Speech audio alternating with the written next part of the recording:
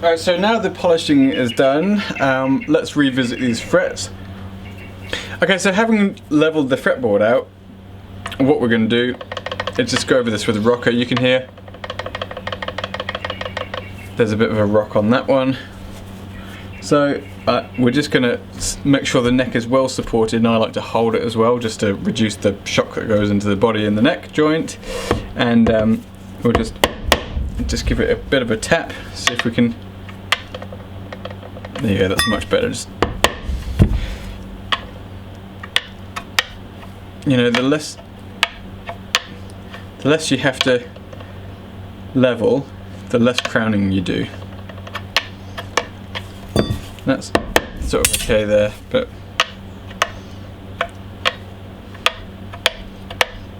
and do it multiple points over the fretboard.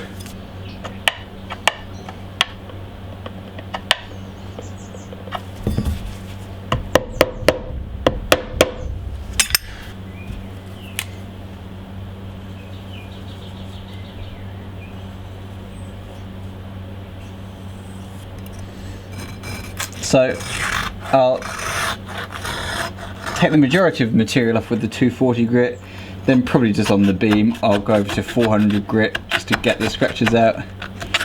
Then we'll go 600 grit in hand and we should be good. Alright. So I'm purposefully doing this before I've got anything on the guitar, so no pickguard, no pickups. No nut. It just makes life a lot easier.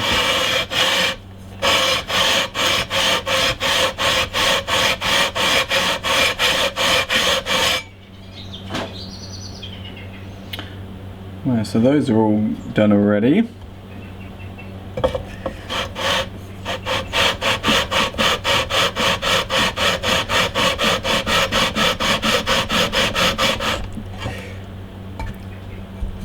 So it's a fine balance because you want to do it evenly, right? And you know, so if you get some frets that are level sooner than others, the immediate sort of thing as well, we just have to keep going until all of them are level. But you'll notice when you sand the ends of the fret, like when you sort of bevel the ends of the fret, sorry, with a fret file, that this end happens really quickly and this end seems to take a really long time. And the reason is, of course, you've got, you know, per inch or whatever, you've got twice as many frets up this end as you do up this end. So the same is true with the sanding beam. You know, you're always going to take material off quicker at this end than up here, or then down here.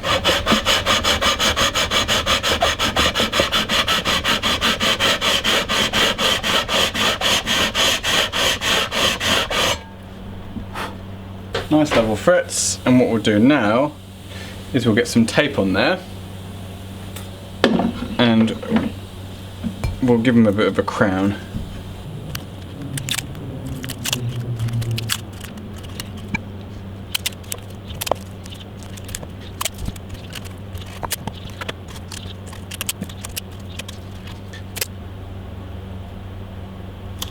Because taping up frets is about the most boring thing in the world, what I've started to do is do a few of them at a time.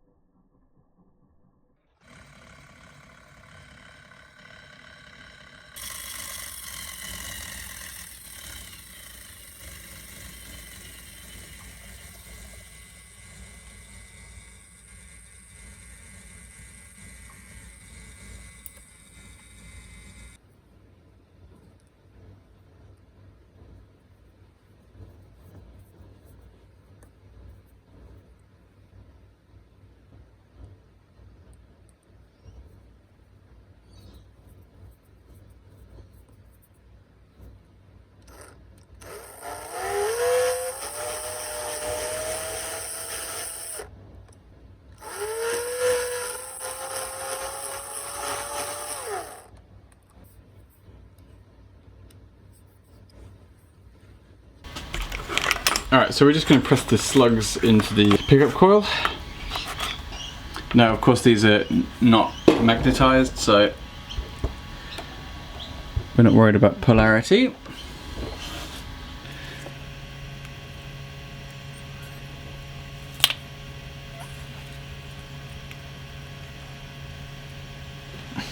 So let's start assembling the pickup. A metal spacer, put it on the bottom of the coil, and then we're going to put this one here. Come on, there we go. And just make sure that our wires are all nicely tucked in there. That is all good. Then we put our magnet south facing this coil here. Then we put our spacer in here and our slug coil here. Let's do those up.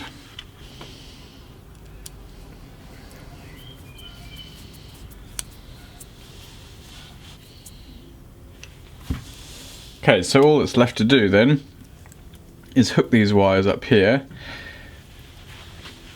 and solder them up and then wrap it in tape.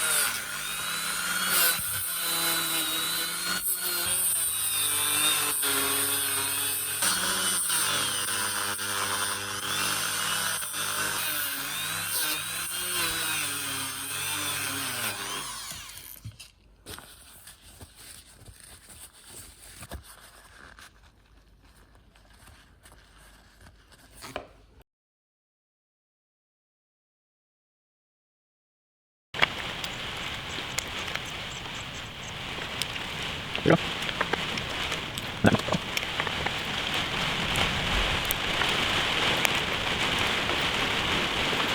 What I really like with sort of restorations or builds where you've ordered a load of parts in is seeing your pot of bits diminishing over time.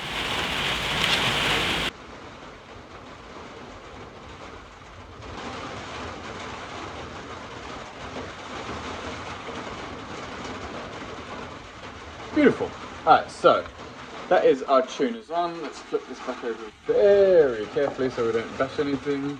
And I'll just give these guys a final nip up, but not too much because we don't want to put too much pressure on the lacquer. What we're going to do is just stick this nut that we made earlier into here. We just want to put a small dab of glue on either side. I'm just going to take a little bit of the excess off because we don't want squeeze out.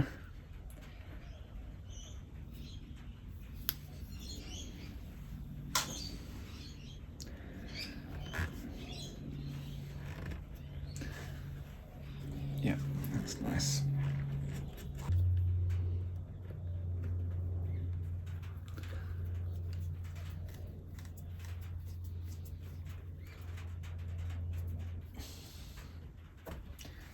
Now, I realise this guitar has been painted previously, but what's interesting though is this has been painted with conductive paint, and you know, when I sort of did a bit of a test run with the pickups off camera, I noticed that it was actually really noisy in there, and I strongly suspect that the reason is that this conductive paint is doing basically nothing. Two probes really close together. There's literally nothing.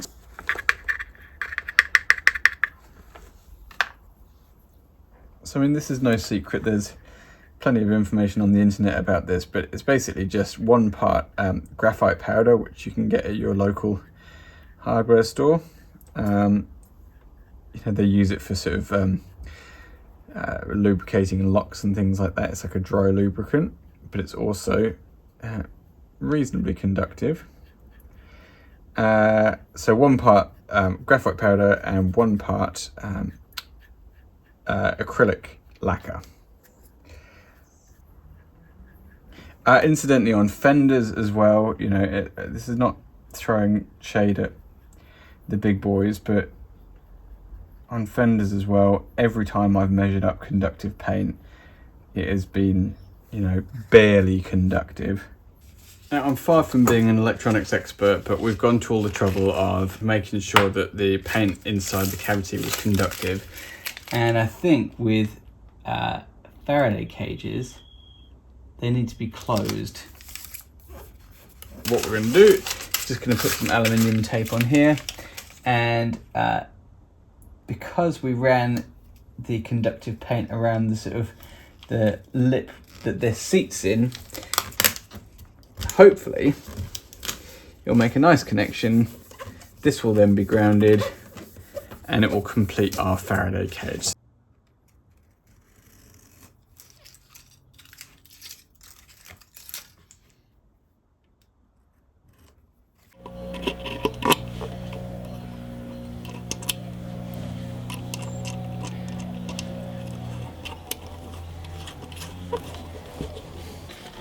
Cool.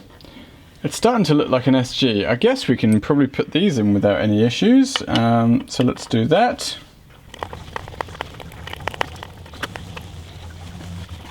So this hole here has been made a bit big. So what we're going to do is just measure these two, and the distance between them, edge to edge, is about 39 millimeters.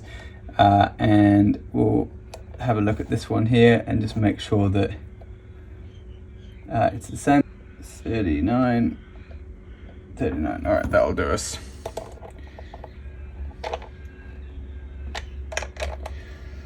Let's tighten these up.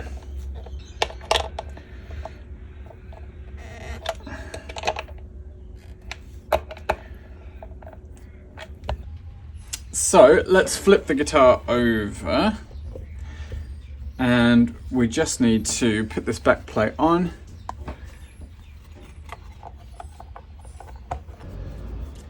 Screw this in.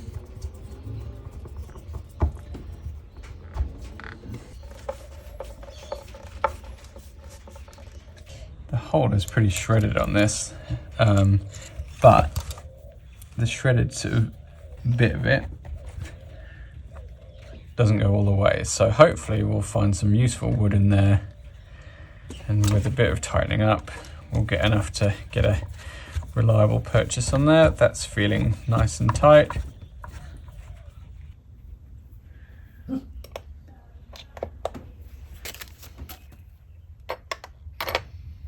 What's interesting is you can see indents on the top of this from the strings being wound over the top like Joe Bonamassa does.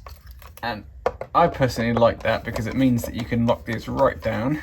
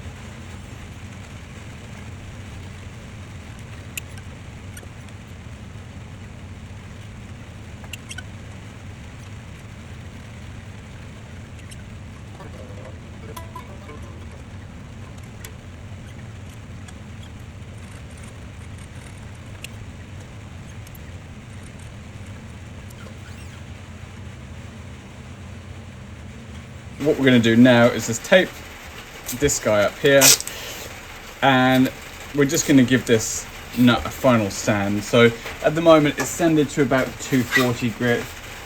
We'll do 400, 600, maybe a little bit higher, and then we'll polish her up. We just want to make this nice and rounded, smooth on the hand to the player.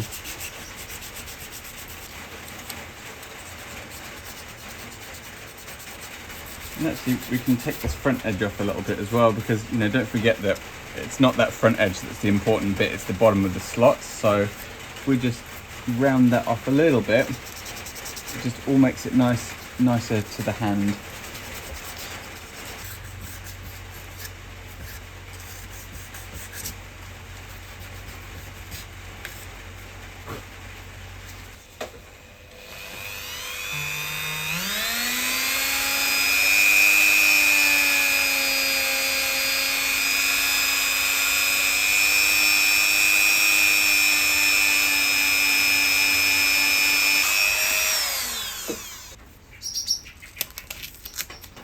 So let's take this tape off.